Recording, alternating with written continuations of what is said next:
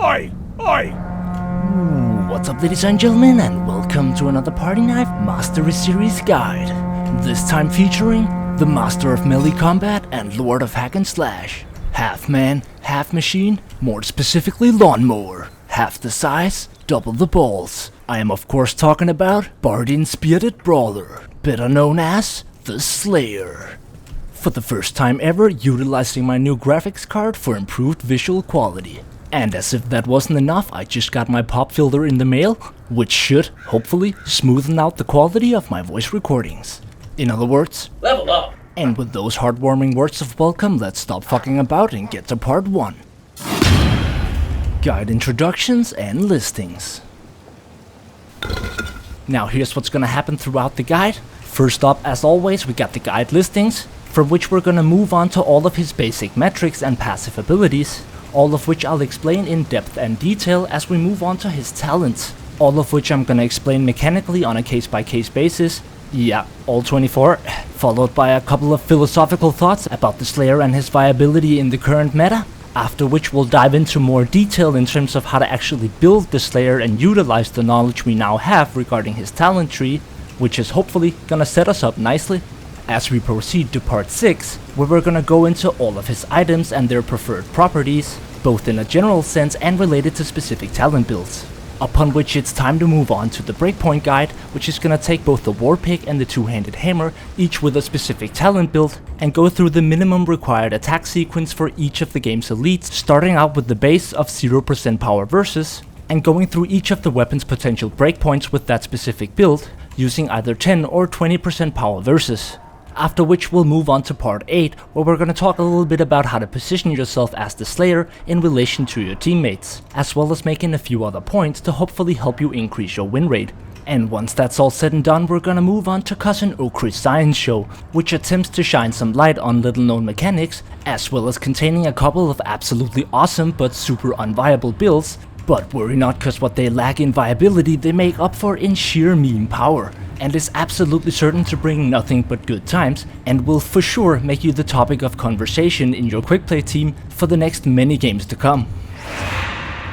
Last but not least, we're gonna do some sort of giveaway and probably blow some shit up for absolutely no reason. And well, that's pretty much it.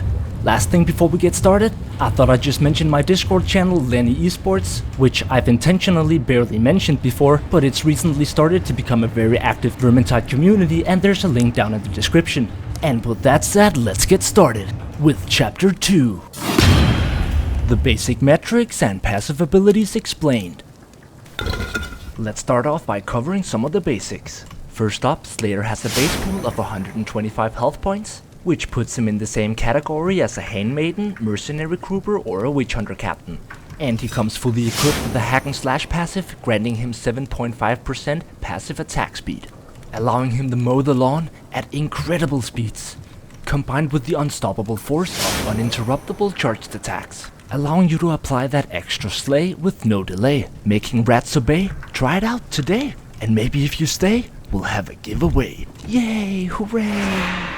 But first, Bardin's career ability. God, I love that sound effect. Now, Bardin's career ability with the appropriate name Leap will, upon activation for a brief moment, give absolutely zero fucks about Newton's laws of universal motion as he flies to the target location, but like in a super weird parabola and with changing velocities, even sometimes going as far as seemingly doubling or tripling gravity for the final second of his freefall, allowing him to accelerate really fast in order to increase his velocity and therefore kinetic energy, allowing him to hit the ground like a dwarf meteor of staggering death. At which point I assume he turns gravity back to normal, gaining a 30% attack speed buff for the next 10 seconds. And has the third lowest career ability cooldown in the game, with a passive replenish time of 40 seconds, which is only beaten by the Foot Knight with 30 seconds and the Handmaiden with 20. That is, when you're passive. Which is very rarely the case when you're playing Slayer. And when you're not passive, you are banging minions. And for each one you manage to damage, your career ability will replenish by yet another 0.5 seconds, which is pretty damn significant with that amount of cleave. Which kind of explains why he only gets a 1/10 of a second per damage taken, which in fact puts the Slayer dead last for that specific metric. which is totally fine, since he has plenty of ways to replenish his career ability. Which brings us to his final passive ability. God, I still love that sound effect. Almost as much as I love Trophy Hunter, which is an absolutely killer passive ability, granting a 10% damage buff that stacks up to 3 times for a total of 30% extra damage, and is even applied to the initial attack that procs the stack, which means even your initial attack, which procs the first stack from 0 to 1, already comes attached with a 10% extra damage modifier, and the same is true for the subsequent second and third attack, that maximize the stacks for 30% extra damage. But it gets even better. Not only are the stacks both applied to and received from his ranged throwing axes, not to mention of course stacking multiplicatively with things like Enhanced Power or Skull Splitter, but even on top of that, contrary to what I would have assumed before I did the math, but it seems to also stack multiplicatively with the damage bonuses added from things like the stagger talents. Anyways, let's move on to part 3. Every single talent explained in detail. As always for this section, we're gonna save the builds for later and simply go through each talent on a case-by-case basis, discussing and explaining their mechanical functionalities and potential deviations from the talent descriptions. First up, we have the level 5 talents, determining your mechanism for generating temporary HP. The first of which is Doomseeker, which will generate 1 to 5 temporary HP per attack, and is directly correlated to the amount of enemy minions you manage to damage with any given strike, but capping out at 5 HP per attack.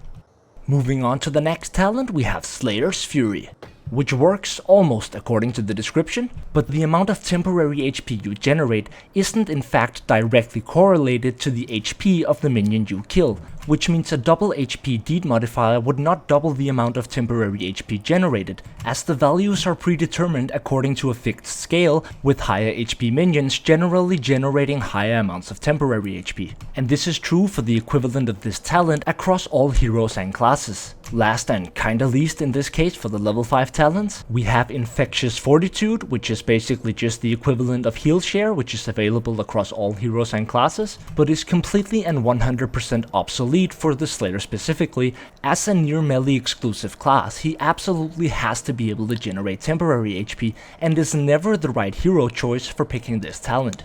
Moving on to the level 10 talents, which function as the core structure around which every Slayer build is made. Up first we have 1000 Cuts, which provides a 10% passive attack speed bonus, assuming you fulfill the criteria of only wielding one-handed weapons in both of your weapon slots, for which both one-handed and dual-wield weapons fit the bill, however the throwing axe does not. And just to be very clear, if you equip the throwing axe, you will not get the 10% attack speed bonus from this talent. But anyways, let's move on to the next talent, Skull Splitter, which works in very similar fashion, instead granting a passive 15% raw power buff, assuming you fulfill the criteria of having a two-handed weapon equipped in both of your weapon slots. Raw power meaning the 15% damage will also stack multiplicatively with both your passive damage gained from Trophy Hunter, your stagger counts damage modifier, and any power versus properties you have equipped on your items, and will also increase the damage output for things like fire grenades and throwing bombs, not to mention the 15% increase to the base metric used to calculate and thus determine the final value of cleave and stagger for each of your attacks. But moving on, we have Hack and Slash, which doesn't just do pretty much what it says, but does exactly what it says. I mean almost, since technically it doesn't actually increase your critical hit chance by 5%, it increases your critical hit chance by 5 percentage points, which isn't technically the same, but I'll give it a pass nonetheless, because, you know, common sense and stuff. Also, any scenario where you aren't using two two-handed or two one-handed weapons, as is the case with any build utilizing the throwing axes, you should be using this talent. Moving on to the level 15 stagger talents, the first of which is Smiter, which forces the first enemy your weapon collides with on each hit to always be calculated as having a stagger count equal to minimum 1, which in English means, disregarding other damage modifiers, that the first enemy your weapon collides with each attack takes 20% extra damage compared with having no stagger talent, assuming the target wasn't already staggered, and is most effective when used to hit certain 1 and 2 shot breakpoints, and quite often in combination with low cleave high damage attacks, like the dual wield axis push block attack, the Warpix charged heavy attack, or the two-handed hammer and axis first light attack. Moving on to Mainstay, which I'm pretty sure most people understand just fine, since it works in identical fashion to having no stagger talent at all, but with a 20% boost to the damage modifier applied by stagger, on both stagger count equals 1 and 2, which most of you probably already knew. But really the more important insight to take away here is the relationship between Mainstay and the first target of Smiter, in order to understand at which point the balance of power flips. Not necessarily relating to Slayer specifically, but a general understanding of when, why, and for what reason will one always be more valuable than the other. And I'll let you figure out that last bit on your own. Yeah, I know. A YouTube video only giving you 99.9% of the answers? What has this world come to? I have no idea, but I do know that the stagger talent has come to enhanced power, which, as we all know, provides a 7%. Oh yeah, my bad. 7.5%. No one knows why. Raw power buff, which is added to your base power and will thus stack multiplicatively with any other power or damage buff regardless of its origin or variation. This is also the only level 15 talent in the game that also affects your range damage, which in the case of Slayer is admittedly very limited, but could hypothetically speaking be used to hit certain breakpoints with the throwing axis that would otherwise not be available. But enough about stagger, let's move on to the level 20 talent, Impatience. Each stack of Trophy Hunter increases your base movement speed by 10%, and just like Trophy Hunter, it stacks 3 times for a total movement speed bonus of 30%, which fades along with Trophy Hunter after a duration of 2 seconds in which you haven't successfully attacked and damaged an enemy minion. But thankfully the stacks can be reapplied about as quickly as they went away. And speaking of stacks, let's move on to High Tally, which in fact, for real, guaranteed with 100% certainty, actually does precisely what the description says. No buts, nothing more, nothing less. This simply allows a subsequent 4th attack to apply 1 more stack on your passive, increasing your damage bonus from plus 30% to plus 40%. Moving on to Adrenaline Surge, which I think it's uncontroversial to say is widely considered to be the highest value option for the level 20 talent. And after a bunch of testing and a bit of math, I've come to the conclusion that the way it works mechanically, once you obtain the 3rd and final stack of Trophy Hunter, and for however long you manage to keep it, your career ability cooldown is passively replenished at a rate equal to 300%. In other words, on top of that half a second you replenish for each enemy minion you damage with your attacks, you will also passively replenish 3 seconds of your career ability for each passing second, while your Trophy Hunter has 3 stacks. And since it takes 2 seconds for Trophy Hunter to dissipate, obtaining 3 stacks will always replenish a minimum of 4 seconds from your career ability's cooldown, whilst at the opposite end of the spectrum making it totally realistic to consistently replenish your career ability cooldown before the previous career buff has even dissipated.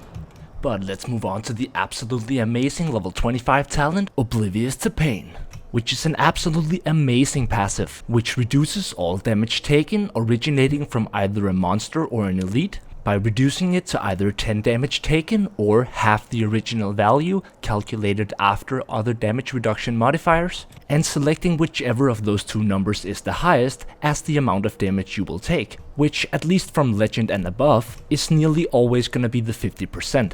And it's quite easy to see why. An elite would have to hit you for less than 20 damage, or if you proc Barskin, less than 30 damage, in order to trigger the reduction to 10, which is rarely the case on Legend and above, since even a Plague Monk is gonna slap your face for 50 initial damage. So at least most of the time it's gonna be that 50% damage reduction you're looking for. Now, just to give one example, an unhindered Storm Ribbon on Legend doing an overhead to your face deals 100 damage, only with Oblivious to Pain it deals 50. Which is fairly significant when you consider the fact that once your team is holding 2 Grimoires, even with full curse resistance and health on your necklace, you still only have an HP pool of 90, meaning a Storm Vermin can potentially one-shot you. Moving on to Grimnir's Focus, which takes a slightly more engaged approach in an attempt to solve the same problem, requiring a charged attack to collide with an enemy minion, which gives you a 40% universal damage reduction buff that might only last for 5 seconds but stacks additively with other damage reduction multipliers, which would be a bad thing if you were trying to increase the damage output, but when you're trying to reduce an incoming damage output, stacking additively is much better.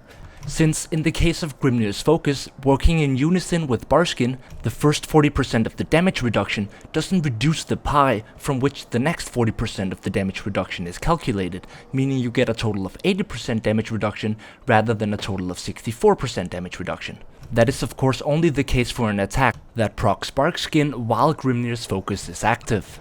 But anyways, let's move on to Barge. Barge, what can be said about Barge? Barge is probably a top 3 contender for the worst talent in the entire game. Yeah, I actually think it is. Right up alongside the other misfits like Unchained, Searing Grasp, or Shade's Cloak of Mist. I'm not entirely certain which one is worst, but it's definitely up there.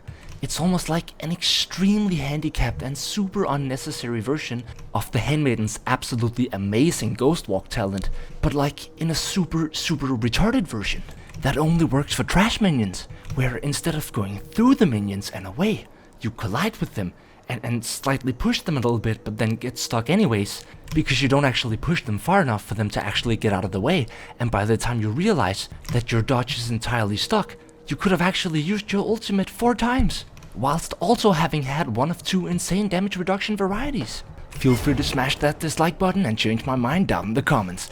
But for now, let's move on to the final row of talents, starting with Crunch, which is probably the most popular or widely used career ability talent, and essentially doubles the strength of the stacker output in the area around your landing zone, and can be the difference between whether or not your ultimate is capable of staggering things like Chaos Warriors. But let's very quickly move on to the Dowie drop, which has to be the lord of all meme talents, which we'll get into in a lot more detail later in the video, but for now all you need to know is that it increases your attack damage by 150% whilst you're mid-leap. And finally, the last talent, No Escape, which is thankfully super straightforward and just grants a 25% movement speed increase for the identical 10 seconds in which you also have an attack speed increase. And just in case you were wondering, that buff does not stack with itself.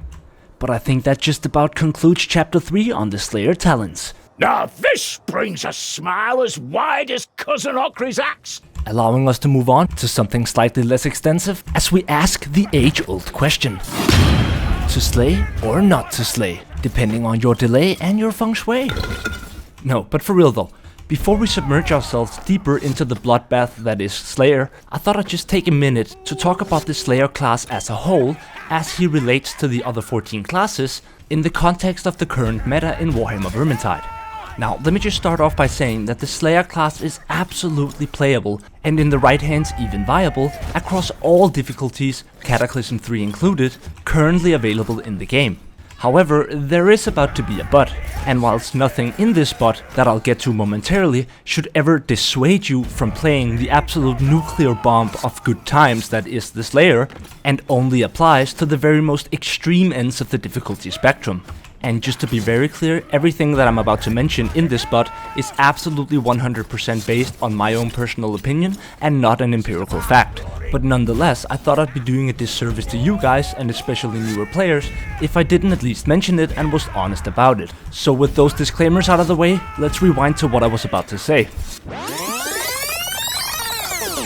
And in the right hands even viable, across all difficulties, Cataclysm 3 included, currently available in the game. But he does have one overarching issue when it comes to the highest difficulties of Vermintide. And no, I'm not even referring to his lack of range, which in of itself can of course be an issue, but is in my opinion more of a feature, granting him a unique style of playing, but rather the lack of providing anything of value to the team that you couldn't have already gotten with a different class without having to sacrifice all ranged capabilities. Setting the throwing axes aside for a moment, allow me to draw a final analogy before moving on to better communicate what I am and am not saying. Now, I get a lot of questions in comments, on Steam, on Discord, which you're by the way always welcome to do, And just to pick a concrete example, people quite frequently ask me how to beat Fortunes of War on Cataclysm, often having tried for weeks with no success, and looking for advice. To which part of my response, assuming they haven't already provided me with the information, will always contain a question regarding their setup. Which brings me to my point about the Slayer. Because whatever their previous setup might have been, there is no scenario that I can think of where I would ever suggest that what they needed to do to increase their chances of winning was to add a Slayer to the roster. Now, this is not to say that adding a Slayer to the roster couldn't be the right choice. It most definitely could. They might have a Slayer main, in which case it might be the only prudent option. And again, you can definitely win Fortunes of War with the Slayer. But setting aside the scenario of having an exclusive Slayer main on your team, Slayer would never be the solution to the problem of not winning Fortunes of War. That is, in my opinion, of course, but argued on the basis that there is nothing he provides to the team that you couldn't also provide to a sufficient degree with a different class. However, that being said, what he does provide that no one else can, or more specifically, in a quantity and degree to which no one else can, is an unrivaled melee presence and aggression level. Plus, by far being the most effective and efficient way to learn how to dodge stranglers as a new player. And as you'll learn, hopefully, quite often, based on nothing but the sound cues, since, you know, height issues. Being a dwarf, you can't really look over the horde and see the actual strangler approaching. Very funny! Anyways, moving on to part 5. Bardin's Bearded Brawler Builds. In which I'm gonna outline and talk about how to approach building your talent tree on the Slayer. And the reason I've chosen to go about it this way is because there's simply too many varieties of what I would call proper builds to cover them all and do them justice without this video turning into a 2-hour long talent guide. Although I will quickly cover my own personal favorites, with the exceptions of the absolutely hilarious meme builds which we'll get to later in the guide. But really the first thing you have to ask yourself is what kind of weapons do you like to use? Because the cornerstone of any Slayer build revolves around the level 10 talent, and it's nearly impossible to make any other rational decisions prior to determining your selection here.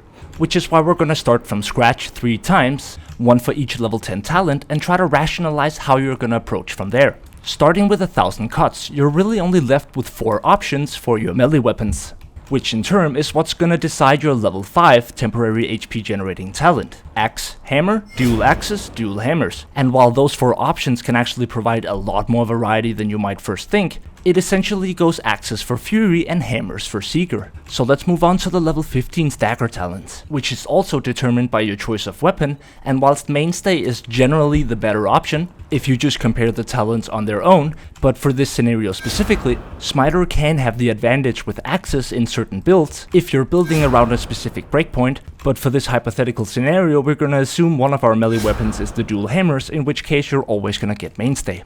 Now, the level 20 talent is probably the easiest choice. Adrenaline Surge is generally considered the best talent, and whilst the other talents aren't unviable, for a 1000 cuts build I would definitely get Adrenaline Surge. Which brings us to the level 25 talents, which on one hand can be determined by your preferred defensive trait on the necklace, since Barkskin synergizes better with Grimnir's Focus, but on the other hand also partly comes down to individual skill and preference, and me personally opting for Grimnir's Focus.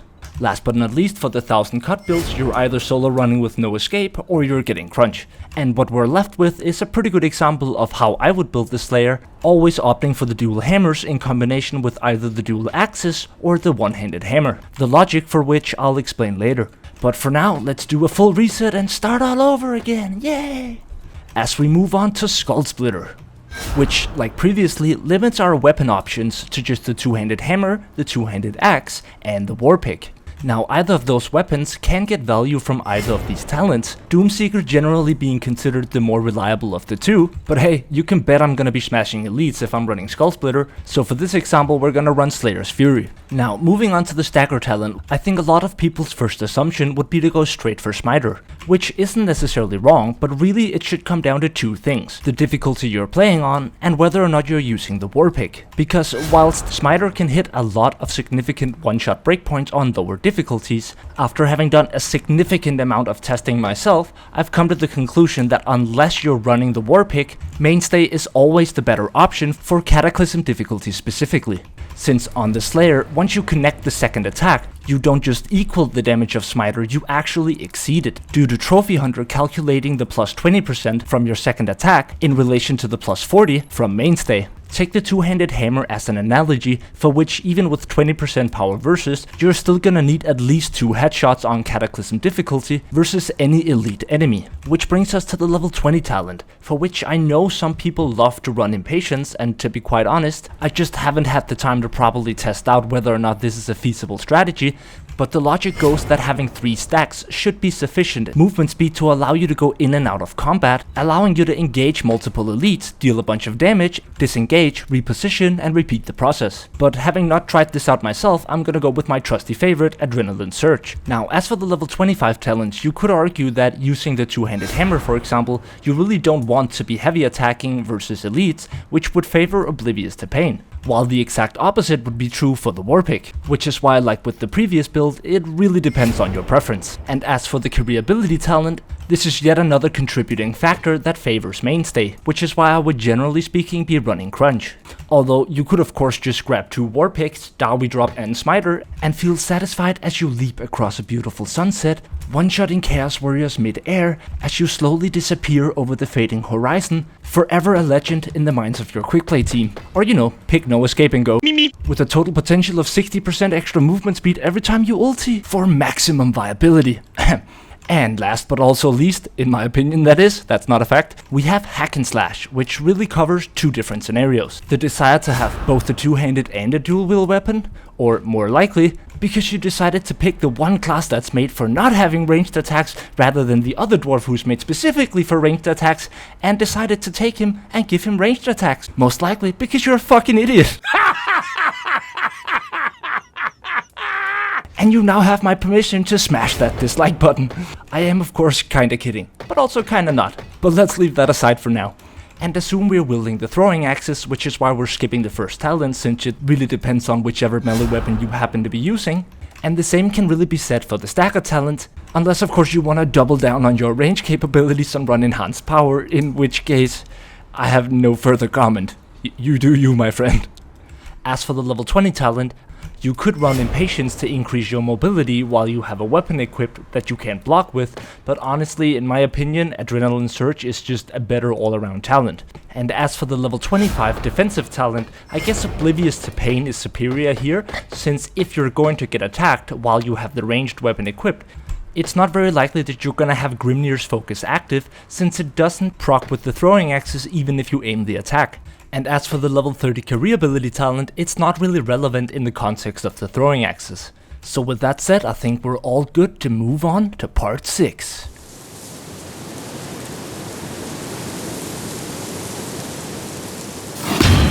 Live to slay another day. Core items and properties. The filthy godball sneaks about, but we'll grab him by his snout. Oh, as strong as Grungi's hammer blows, as unyielding as the mountain. His action silver in the dark, his brow was wrathful bold. Ah, much better. So nice and cozy. But let's get to the reason we're here. I'm hungry. Cousin Okri reckons that rat tastes like rotten chicken. We're not here to eat, Bardin. We're here to do items and properties. Ah! Seriously? Oi! Okay, I think that's enough screwing around for now. So let's get to the items and properties, starting with the Trinket, which has 3 significantly valued properties that you can use in any combination you like, depending on whether or not you're playing on Cataclysm difficulty, or more specifically, depending on whether or not you're planning to pick up Grimoires. In which case I would always run Curse Resistance, with either an aggressive property like Crit Chance or the defensive property of Stamina Recovery. If I'm not planning on picking up Grimoires, I'm gonna be using Crit Chance and Stamina Recovery at the same time.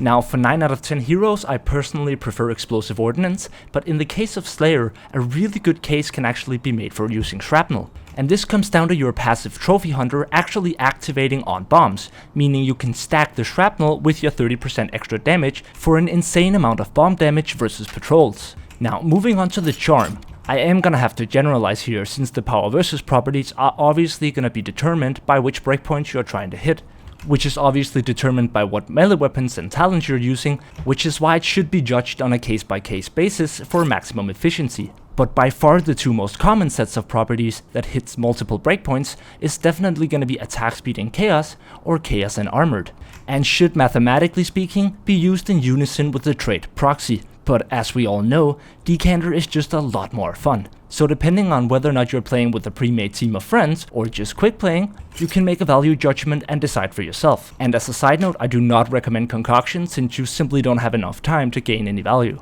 But moving on to the necklace, we again have 3 different properties with significantly higher value than the rest, of which I personally would always be using 20% health in combination with either of the 2 remaining properties, which is 2 stamina and 30% block cost reduction.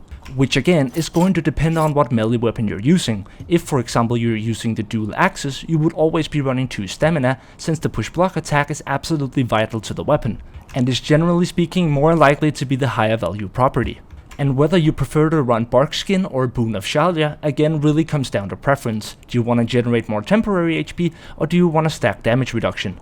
Now, moving on to the melee weapons, and again we are gonna have to generalize just a little bit here, since it should ultimately be determined in relation to breakpoints, which vary not just across different weapons but also across different game difficulties, and should always be used in combination with the power versus trait on the charm. But with that said, there are certain aspects that you definitely can generalize, and I am also gonna be giving a couple of specific weapon examples. Now, for starters, you're never gonna be wrong with crit chance and attack speed. That is just universally acceptable across all weapons. But more importantly, on the Slayer specifically, whenever you have to choose between attack speed or crit chance because you've added a power versus property, you most definitely want to go for crit chance due to the Slayer already having incredibly high attack speed. Now, one thing you can do, for example, is run extra stamina on your dual axes, since this allows you to utilize more push block attacks in a row, which have the potential to one-shot storm vermins if you get a double headshot. Another possibility comes in the form of running 2 identical weapon types that have been re-rolled with asymmetric properties, that you can then switch between depending on the faction of the minion you're fighting, allowing you to hit a much wider span of breakpoints across multiple enemy types. But then again, pure aggression isn't always the best course of action if all you care about is winning. Which is why, last but not least, we have the aggressive/defensive option, where you can utilize whichever melee weapon you prefer as the aggressive option, which you can then use in combination with a weapon that has defensive properties all around. Although to optimize this build, it should preferably count as a one-handed weapon, since by far the best defensive weapon you have as the Slayer is the one-handed hammer, which you could potentially, with a build such as this, combine with the 30% block cost reduction on the necklace, which gives you a quick swap option that is nearly always gonna be sufficient in terms of block modifiers for your career ability to go off cooldown, allowing you to reposition yourself safely, at which point you swap back to the aggressive weapon. Well, that's that. I could use a celebratory drink. Feels almost like home. Apart from the rat droppings and Umgak stonework. And I know just the place. There's a little tavern in Altdorf's old quarter. Bardin, we can drink when we're finished. We still need to get to part 7.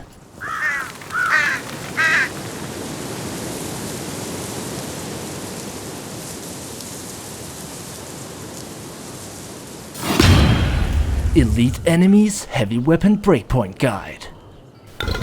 We are bonded, Dory. Only death can break what unites us. Okay. Not really sure what to make of that, Bardin. If only Cousin Okri could have seen that cauldron go down.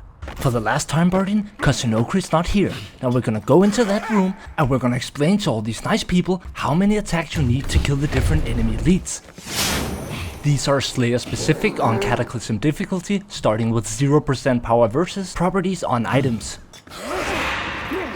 Bugger! Like Cousin Okri's boots, but 1,000 times worse. It has to be destroyed. I have no fucking idea what you're talking about, Bardin, so let's get to showing everyone how many attacks they need to kill different things, so we can relate it to what power versus traits you need in order to hit certain breakpoints. Now, just to be clear, these are not weapon breakpoints, these are Slayer breakpoints, meaning I've done all of the testing with his passive ability, and in the case of the War Pick, both Smiter and Skull Splitter. Now, the 2-1 body head you can see in the bottom means you would need 2 body shots or 1 headshot, which is also equivalent to 1 critical hit, in order to kill the targeted minion, and when the numbers are identical, this simply means you're gonna need the same amount of headshots that you would need body shots in order to kill the minion. And as you can see with Smiter and Skull Splitter, you can already one-shot body shot a Storm Vermin on Kata.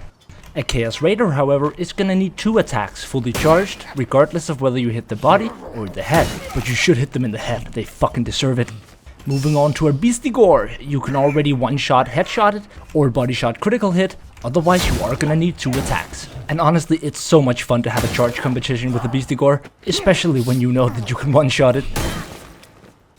Last but certainly not least, we got the Chaos Warrior, which you can already kill in just 2 headshots or 3 body shots. Which in of itself is quite incredible when you think about it. All things considered, this is with 0% power versus properties on Cataclysm difficulty. But now that we have all of the base numbers, let's move on to the actual available breakpoints. Can we go now? I'm sick of this place. Yeah, sure, just go ahead and leave. The room needs to reset anyways. Now get the fuck back in there. Open that gate. It's called a door, Bardin. You're not that small. Half full. What did you call me? I actually have no idea what that means. A child of Sagaraki. If you say so, Bardin. If you say so. Anyways, moving on to the breakpoints. On the Raider, with 10% power versus Chaos or Infantry, you hit a one-shot headshot / critical hit breakpoint, allowing you to one-shot those motherfuckers, which is pretty damn nice. Get out of here. And also happens to be the only 10% power versus breakpoint for this build. Almost there. No time for slacking. Now that's the attitude, Bardin. Like a dwarf. Yes, you are a dwarf. We all know that. Now, with properties equaling 20% power versus, you can guarantee a one-shot body shot on both monks and berserkers. Whereas before you had to get either a critical hit or a headshot. But by far the highest value breakpoint to hit with the 20% power versus is the one-shot body shot on Beastie Gores, with which I had an absolutely amazing game recently, helping a friend beat Dark Omens on Cataclysm, which as it turns out is a lot easier when you have a dwarf whose only focus is one-shotting Bannermen and Beastie Gores. But anyways, let's go through the two-handed hammer as well in similar fashion before moving on. We're half done. What? I didn't know you could do math, Bardin. Chase Grimnir's fury, Sagaraki! No thanks, I already ate today, Bardin, although it does sound delicious. Plus, I'm pretty sure we agreed to eat after we finish the guide, so let's crack on. Now, just like before, we're starting with 0% power versus properties, although this time we're going to be using Mainstay rather than Smiter, and we're counting light attacks, not heavy attacks, of which it's gonna take either 4 body shots or 3 headshots in order to take down a monk, whereas the Berserker is only gonna require either 3 headshots or 3 body shots, which may seem surprising at first compared to the monk's 4 body shots, but this is because the monk has a slightly higher stagger resistance. Now, as for Storm Vermins, it's gonna require either 2 headshots / critical hits or 3 body shots. Now, one thing that's really important to keep track of in relation to these breakpoints when you're using the two-handed hammer is making sure that you're attacking consecutively in order to obtain as much value as possible from your passive Trophy Hunter, which stacks multiplicatively with your 15% power buff from Skull Splitter, that can then stack multiplicatively with your Stagger Talent Mainstay, all of which adds together to a shit ton of damage. Now, although the listed numbers of attacks you need, either to the body or the head, do require consecutive attacks, it's in fact still a very conservative number, and you are highly likely to be able to kill most minions in less attacks than listed here, because every single one of these numbers assume a starting point of 0 Trophy Hunter stacks and 0 stagger. And quite often you just leaped in with your ultimate, or perhaps you had 1 or 2 Trophy Hunter stacks from the minion you previously killed, either of which is highly likely to lower the breakpoints even further, especially once we start adding power versus properties. And now that we've established all of the base minimums, that's exactly what we're gonna be doing. Starting out with the breakpoints for 10% power versus. First up, we got the monk, which you're gonna take from 4 body shots or 3 headshots, down to 3 body shots or 2 headshots, which happens to also be the exact amount of attacks it's gonna require to take down a berserker, although in this case only the headshot and not the body shot count has changed. Which brings us to the Beastie Boys, which with 10% power versus can be reduced from a triple body shot to a double headshot, which is fairly decent on Cataclysm when you consider the Slayer's potential attack speed. Now just hold in a little bit longer, Bardin, we're almost there, we're nearly there. Last thing before we move on is the 20% power versus breakpoints for the two-handed hammer, of which there are only two. The first being the Raider that you can take from 4 body shots to 3 body shots, which in turn can be reduced to 2 headshots if you assume just 1 count of stagger or 1 count of trophy hunter prior to the engagement. Last but not least, we got the Chaos Warrior, which you're gonna take from 5 body shots or 4 headshots, down to still 5 body shots or 3 headshots. And again, all of these numbers are easily reducible simply by using the Slayer ulti. Good fight! Cousin Okri would approve! I'm sure he would. Which brings us to part 8. When do I slay? And when do I back away? And what I mean by that is, how do you effectively play the Slayer, more specifically in the context of playing with a quick play team of complete strangers. Now, as we talked about earlier, what Slayer provides is a mixture of insane melee damage combined with great mobility and a bit of crowd control. Yet in quick play it seems like you never really gain any of this value, because 9 out of 10 times in my own experience, the Slayer is gonna do one of 2 things. He's either running the throwing axis, in which case he's only running the throwing axis, hitting several of his teammates in the back on a regular basis, in a constant effort to last hit every single Storm Vermin, and I mean every single Storm Vermin, for absolutely no reason, and seems to be nearly unwilling to ever equip his melee weapon until everyone is completely surrounded by trash minions, below half HP due to friendly fire, with a dead Sienna that you cared more about outlast hitting than actually helping, who's now not there to kill that strangler you can see because you're a dwarf, and now no one but the dwarf has the space they need to equip their ranged weapon, but both the Blightstormer and the Gas Rat are too far away for the throwing axis to actually reach them. And before you know it, it's game over. But it's really not the throwing axis fault, because then you have the full melee slayers, which again, more often than not, feels an inner burning desire to farm green circles. But the problem is, you have no range, which means the only way you can ensure that you get all the kills is by constantly pushing forward. And since you have a ranger grouper on the team, there's no way he can keep up until all the trash is gone. So either the 2 remaining team members rush along with you as best as they can, resulting in the grouper dying from getting backstabbed by trash, or the Slayer rushes too far ahead, gets grabbed by a disabler, but because he moved 50 meters ahead and then around a corner, no one has any line of sight, which means he obviously dies, and 10 seconds later you get a horde and a patrol, and now that you don't have your Slayer to provide you with any space, everyone has to equip their melee weapon, at which point you get a bunch of specials and die mid-horde because you couldn't equip your ranged weapon. Obviously I am slightly over-exaggerating in order to better communicate the point, of which I have 2. First of all, if you're running the throwing axis, everything is great with moderation. I know that you have potentially infinite ammunition and that they feel amazing to throw, but you simply have to accept when shit hits the fan that you're not the primary special killer, and it's more important that you switch to your melee combat in order to make room for your pyromancer, your bounty hunter, your huntsman, etc. Secondly, unless you have a handmaiden, you are by far the most mobile hero on the team, which means it's your job to make sure that other people don't fall behind and not vice versa. And a really good rule of thumb is to never leave the line of sight of your ranged classes, because when shit really hits the fan, they need you to clear out space for them, and you need them to clear out specials for you. And that way you can help each other. Since just in case you forgot, this is a team game. But anyways, let's move on to part 9.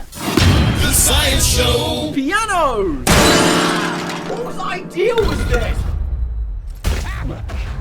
And yes, that was a full HP Cataclysm Chaos Warrior, which you can one-shot with 20% power versus, using both Smiter and the Darby Jump talent, which is really just an amazing fucking talent. And sure, while it might look amazing that you can fly mid-air and then one-shot a Chaos Warrior, it's not exactly very practical. But worry not, Cousin Okri's got just the solution for you. First up, make sure you have as much armor and chaos damage as possible, preferably also with shrapnel and with decanter. Skull Splitter is an absolute must, enhanced power just makes it even more fun, high tally is really only if you're going absolutely full retard, and of course the Darby Jump is an absolute must. Now here's the thing I hadn't realized prior to making this video. Now watch carefully. 17,000 damage, roughly speaking. Not too shabby. I mean, that's fairly decent for a bomb. But here's the thing. Darby Jump, the plus 150% extra damage modifier, apparently works for all damage types, which is why that barrel over there deals 8,500 damage. while that barrel way over there, which I've placed in identical fashion to the one that just exploded. Wait for it, wait for it, wait for it. Deals nearly 19,000 damage. Get the explosives. Science isn't about why, it's about why not. Explosives! Ha ha! Belial's watching over us.